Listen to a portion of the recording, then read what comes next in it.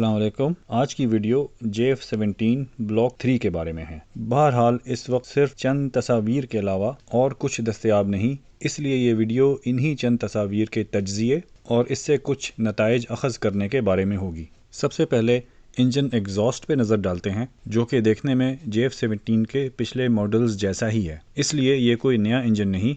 लेकिन एक वाज़ेह चीज़ यहाँ पे जो नज़र आ रही है वो आफ्टर बर्नर के शोले की गैर मौजूदगी। ये तस्वीर टेक ऑफ के वक्त ली गई थी और इस वक्त JF-17 के पिछले तमाम मॉडल आफ्टर बर्नर ज़रूर जलाते हैं। इसका मतलब ये हुआ कि ये इंजन आफ्टर बर्नर जलाए बगैर जहाज़ को टेक ऑफ करवाने जितनी ताकत पैदा कर सकता है, यानी ये इंजन पिछले इंजनों से ज़्यादा ताकतवर है। और चूंकि ये एग्जॉस्ट नोजल चाइनीज़ WS-10 के जैसे नहीं लग रही, इसलिए गालिब गुमान यही है कि ये RD-93MA इंजन है, जो कि JF-17 में अब तक के ज़ेरे इस्तेमाल RD-93 का जदीद और ज़्यादा ताकतवर मॉडल है। एक और बड़ी तब्दीली जहाज़ की दुम और इसके नीचे के हिस्से में नज़र आ रही है। Missile approach warning sensor MAWS, जो पिछले मॉडल्स में दुम के नीचे की तरफ लगा हुआ था, अब यहाँ से हटा के दुम के ऐन ऊपर लगा दिया गया है और दुम के नीचे वाले इसी हिस्से में आगे की तरफ एक छोटा सा एयर इनटेक भी नजर आ रहा है, जो कि पहले के मॉडल्स में मौजूद नहीं था। फिलहाल वसूख से कुछ भी कहना मुमकिन नहीं, लेकिन अंदाजा यही है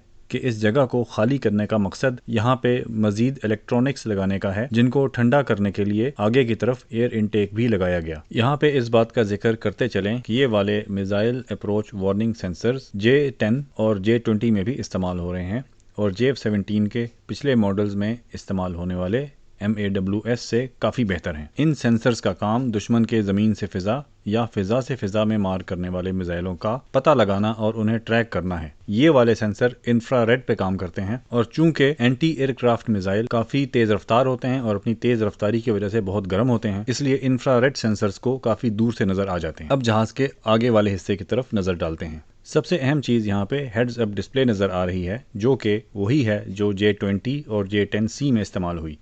इस मॉडल का नाम तस्वीर में देखा जा सकता है। इसके बारे में भी वसूख से कुछ नहीं कहा जा सकता, लेकिन ऐसा लगता है कि JF-17 ब्लॉक 3 में इंटीग्रेटेड कॉकपिट इस्तेमाल किया गया है, जो कि J31 और J20 में भी इस्तेमाल हुआ और तस्वीर में देखा जा सकता है। जहाज़ के आगे लगी हुई ये लंबी सी चोंच सेंसर प्रोब कहलाती है और ये सिर्फ और सिर्फ प्रोटोटाइप में इस्तेमाल होती है, प्रोडक्शन मॉडल में नहीं। इस पे angle of attack, air speed और दीगर सेंसर लगे होते हैं, जो कि जहाज़ के अंदर लगे हुए सेंसर्स को कैलिब्रेट करने के लिए इस्तेमाल होते हैं। उम्मीद है कि इस साल की 23 मार्च की परेड में JF-17 ब्लॉक 3 और JF-17B फ्लाई पास्ट करेंगे और हमें इन जहाज़ों के बारे में मज़ीद मालूमात हासिल होंगी। यहाँ पे इस वीडियो का इख्तिताम होता है। वीडियो देखने का शुक्रिया। अगर आपके पास मज़ीद मालूमात हैं तो कमेंट सेक्शन में लिखना मत भूलिए।